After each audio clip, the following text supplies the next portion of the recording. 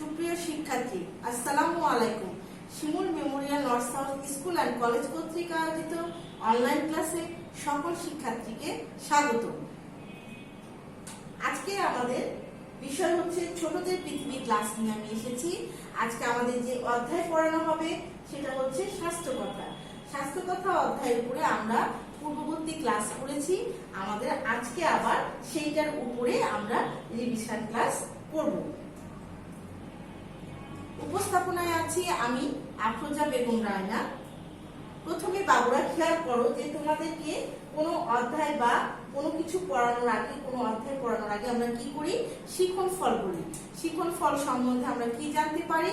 যে শিখন ফল সম্বন্ধে আমরা পুরো অধ্যায়ে কি কি পড়ানো হবে সেই বিষয়টা আমরা সকলে অবগত হই। তাহলে দেখো, আমি এখানে তোমাদের মূল বিষয়গুলো তুলে ধরেছি। তোমরা সবাই পড়ে খেয়াল করো বাবুরা। দেখো এখানে যে প্রথম পয়েন্টে আছে যে আগুনে পোড়া রোগীর ওষুধ কি সেটা আমরা জানতে পারবো। আগুনে পুড়ে গেলে কি ওষুধ ব্যবহার করতে হয় সেটা আমরা জানবো। তারপরে দেখো যে খাওয়ার স্যালাইন সম্বন্ধে জানা যাবে। খাওয়ার স্যালাইন সম্বন্ধে যেটা বলছিলাম আমি, যে খাওয়ার স্যালাইন কতক্ষণ পর্যন্ত খাওয়া যাবে বা এর সময়কাল এবং এটি কিভাবে বানাতে হয় সেই নিয়মটা আমরা এই স্লাইডের মাধ্যমে আজকে দেখব।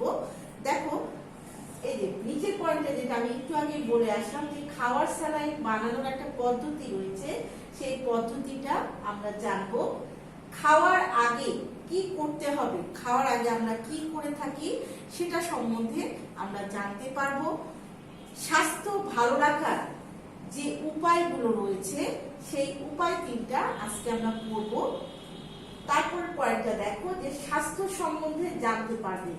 এখানে স্বাস্থ্য সম্বন্ধে বলতে স্বাস্থ্য কাকে বলে বা এর সংজ্ঞা কি সেটা সম্বন্ধে তোমরা জানতে পারবে।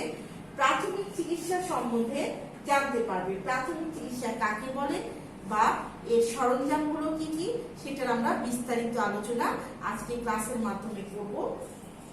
লাস্ট পয়েন্টটা দেখো যে নিজেকে বিপদমুক্ত রাখার উপায় জানতে পারবে। নিজেকে যে বিপদ থেকে উদ্ধার করতে হয় বা নিজেকে কোনো বিপদ আসলে নিজেকে যে নিরাপদ রাখার যে বিষয়টা থাকে সেটা আমরা আজকে জানব। এবার চলে আসি আলোচ্য বিষয়। আলোচ্য বিষয় বাবুরা তোমরা খেয়াল করো যে পূর্ববর্তী ক্লাসের মতো আমরা আলোচ্য বিষয়টা কি করব, প্রত্যেকে খাতায় তুলে নিব। প্রথমে তোমরা খাতার উপরে হেডলাইন দাও যে আলোচ্য বিষয় অধ্যায় হচ্ছে স্বাস্থ্য কথা। তাহলে দেখো আলোচ্য বিষয়টা আমরা তুলে নিই প্রত্যেকে। এখানে দেখো কি আছে যে স্বাস্থ্যের সংজ্ঞা। স্বাস্থ্যের সংজ্ঞা, মন ভালো রাখার উপায়। মন কি করে ভালো রাখতে হবে সেটার যে তিনটা উপায় রয়েছে সেটা আমি এখানে পড়াবো। প্রাথমিক চিকিৎসার সরঞ্জাম। প্রাথমিক চিকিৎসার সরঞ্জাম। তারপরে দেখো বাবুরা first aid box. First aid box, নিজেকে বিপদমুক্ত রাখা। নিজেকে বিপদমুক্ত রাখা। প্রাথমিক চিকিৎসা। প্রাথমিক চিকিৎসা এই পারে খেয়াল করো বাবুরা যে ক্ষত স্থানে মলম। ক্ষত স্থান বলতে পুড়ে গেলে বা কেটে গেলে, কোনো দুর্ঘটনায় আহত হলে আমরা যে অ্যান্টিসেপটিক মলমটা ব্যবহার করি সেই ক্ষত স্থানের মলমটা আমরা দেখবো আজকে বা জানবো। খাওয়ার স্যালাইন। খাওয়ার স্যালাইন বানানোর যে পদ্ধতি সেটা জানবো। স্যালাইন তৈরির পর একটা নির্দিষ্ট সময়সীমা রয়েছে যেটা স্যালাইনটাকে ভালো রাখে, সেই সময়কালটা আমরা জানবো। খাওয়ার আগে হাত পরিষ্কার। খাওয়ার আগে আমরা যে হাত পরিষ্কার করি সেটা সম্বন্ধেও আজকে আমরা জানবো। প্রথমে দেখো প্রাথমিক চিকিৎসা। প্রাথমিক চিকিৎসা কাকে বলে বা প্রাথমিক চিকিৎসার সংজ্ঞা কি সেটা দেখো আমি তুলে ধরেছি যে দুর্ঘটনায় আহত ব্যক্তিকে হাসপাতালে নেওয়ার আগে যে চিকিৎসা দেওয়া হয় তাকে প্রাথমিক চিকিৎসা বলে। তাহলে আরেকবার পড়ি বাবুরা আমরা একসাথে যে দুর্ঘটনায় আহত ব্যক্তিকে হাসপাতালে নেওয়ার আগে যে আমরা বাড়িতে চিকিৎসা দিয়ে থাকি তাকে আমরা কি বলছি? প্রাথমিক চিকিৎসা। তারপরে পয়েন্টটা খেয়াল করো যে প্রাথমিক চিকিৎসার সরঞ্জাম। আমাদের কিছু সরঞ্জাম আমরা ব্যবহার করে থাকি। সেই সরঞ্জামগুলো আমি এখানে লিখে দিয়েছি, তোমরা বোর্ডে খেয়াল করো। প্রথমে দিয়েছি তুলা, ব্যান্ডেজ, টিংচার, আয়োডিন, স্যাভলন বা ডেটল ও ঠান্ডা পানি। আরেকবার পড়ি বাবুরা, দেখো যে তুলা, ব্যান্ডেজ, টিংচার, আয়োডিন, স্যাভলন বা ডেটল ও ঠান্ডা পানি। এবার দেখো যে ফার্স্ট এইড বক্স, এই ফার্স্ট এইড বক্স কাকে বলে এটা সম্বন্ধে আমরা জানবো। যে বাক্সে প্রাথমিক চিকিৎসার সরঞ্জাম রাখা হয় তাকে আমরা কি বলছি, ফার্স্ট এইড বক্স। তাহলে আমরা পূর্ববর্তী প্রথমে যে লাইনটা পড়লাম যে প্রাথমিক চিকিৎসার সরঞ্জাম, তাহলে আমাদের এই বক্সে প্রাথমিক চিকিৎসার সরঞ্জাম বলতে আমরা উপরের যে সরঞ্জামগুলোর নাম বললাম সেগুলোকেই বোঝানো হয়েছে। তাহলে আমরা কি করব, যে তুলা, ব্যান্ডেজ, টিংচার, আয়োডিন, স্যাভলন বা ডেটল ও ঠান্ডা পানি কি বলছে, যে বাক্সে রাখা হচ্ছে, যে প্রাথমিক চিকিৎসার যে সরঞ্জামগুলো যে বাক্সে রাখা হয় সেটাকে আমরা কি বলছি, ফার্স্ট এইড বক্স। এবার দেখো তোমাদেরকে একটা ফার্স্ট এইড বক্সের একটা ছবি দেওয়া হয়েছে এখানে। এটা হচ্ছে সেই ফার্স্ট এইড বক্স। এই বক্সের মধ্যে আমরা কি করছি, যে প্রাথমিক চিকিৎসার যে সরঞ্জামগুলো সেগুলো আমরা রাখতে পারি।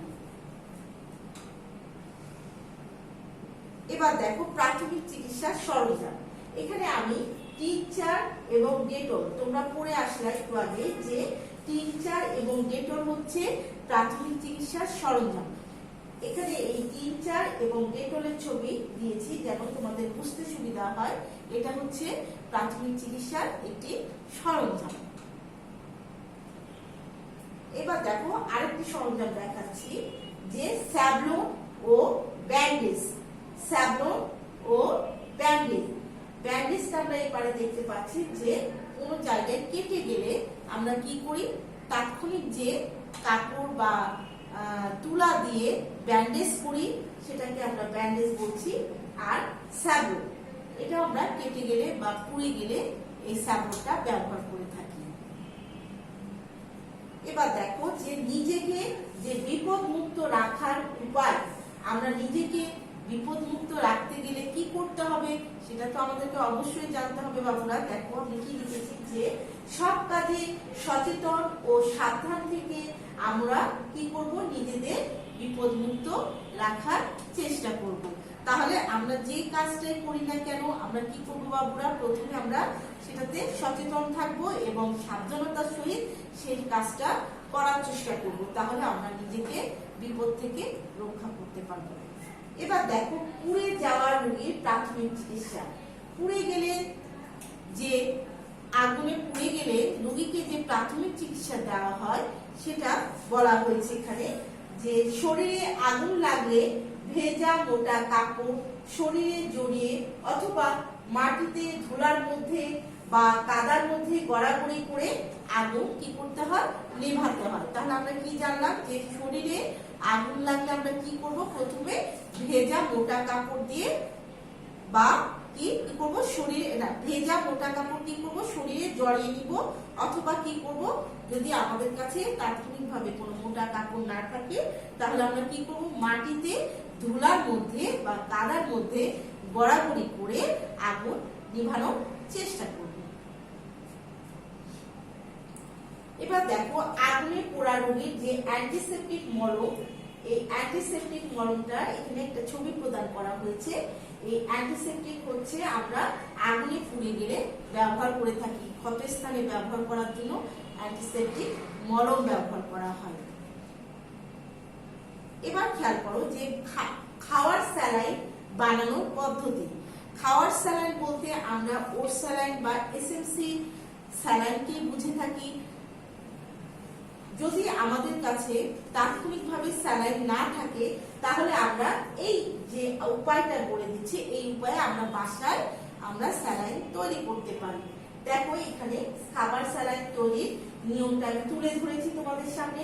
এখানে দেখো একটি পরিষ্কার পাত্রে আধা লিটার বিশুদ্ধ পানির সাথে 1 মুঠো গুড় বা চিনি, 3 আঙ্গুলের 1 চিমটি লবণ ভালো করে মিশিয়ে আমরা কি করব, খাবার স্যালাইন তৈরি করব।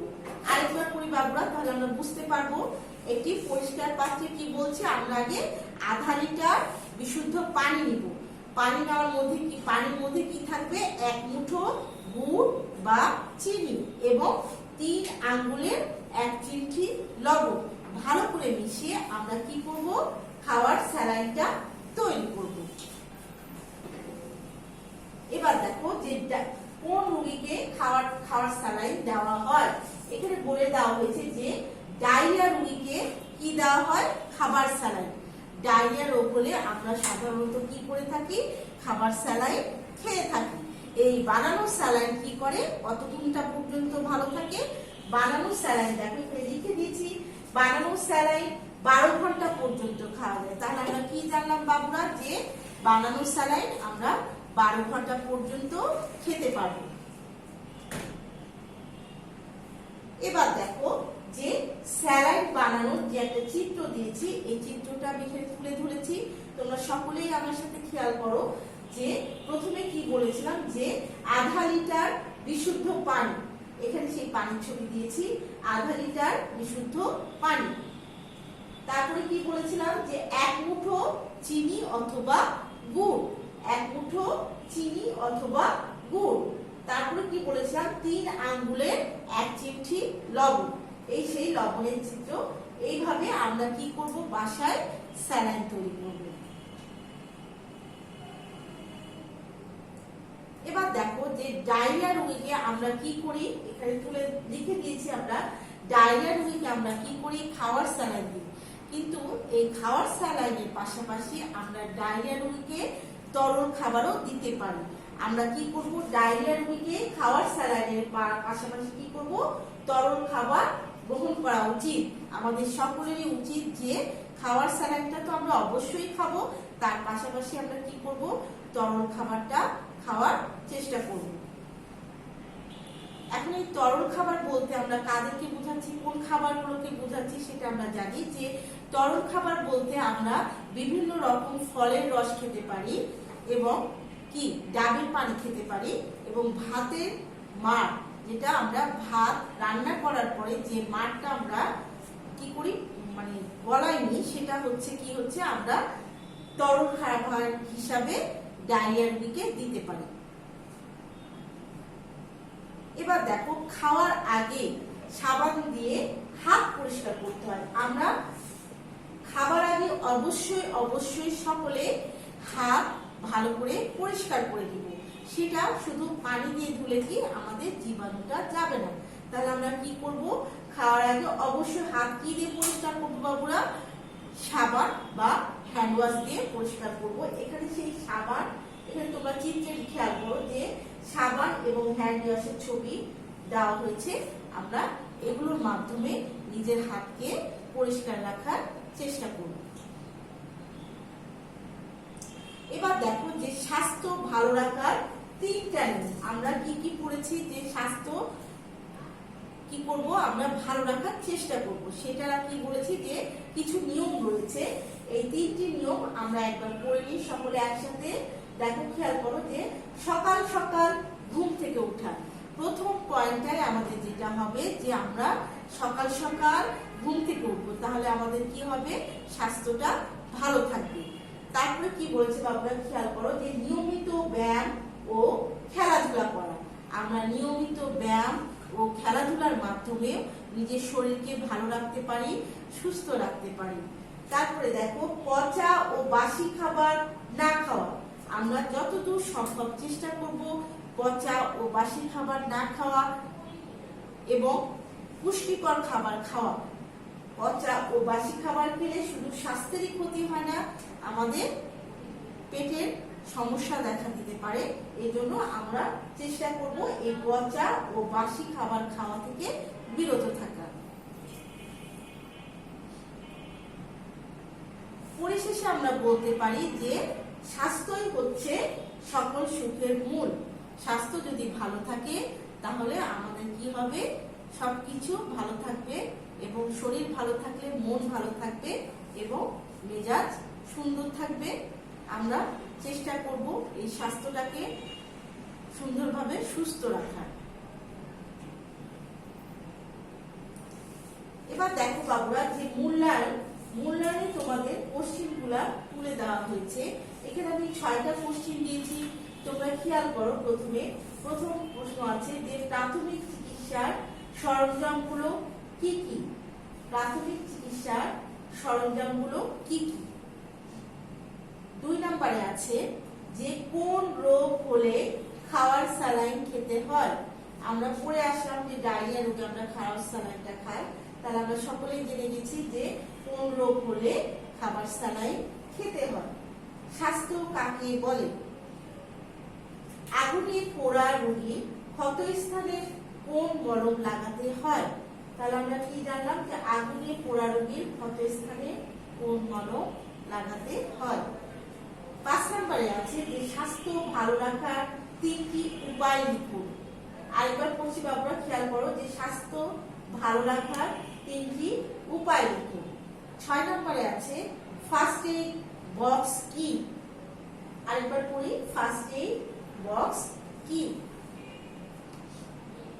এই ছিল আজকে আমাদের মূল্যায়নের প্রশ্ন। আশা করছি তোমরা সকলে প্রশ্নগুলো খাতায় তুলে নিয়েছো। নেক্সট ডে আমাদের রিভিশন ফিডব্যাক। নেক্সট ডে আমাদের কি থাকছে বাবুরা? Revision feedback. এই পুরো অধ্যায়ের উপরে আমরা এই রিভিশন ফিডব্যাকটা দিব।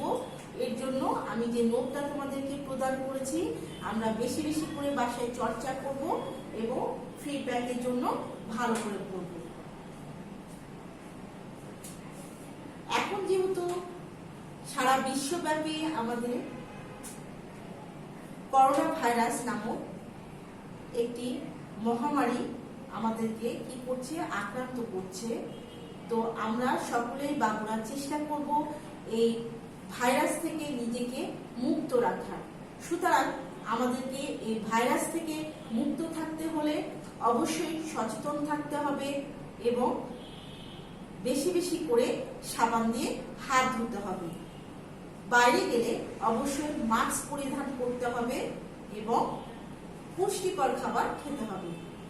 তো আশা করছি বাবুরা তোমরা এই কাজগুলো অবশ্যই করছো এবং আগামীতেও করবে এবং নিজের শরীরকে সুস্থ রাখার জন্য চেষ্টা করবে।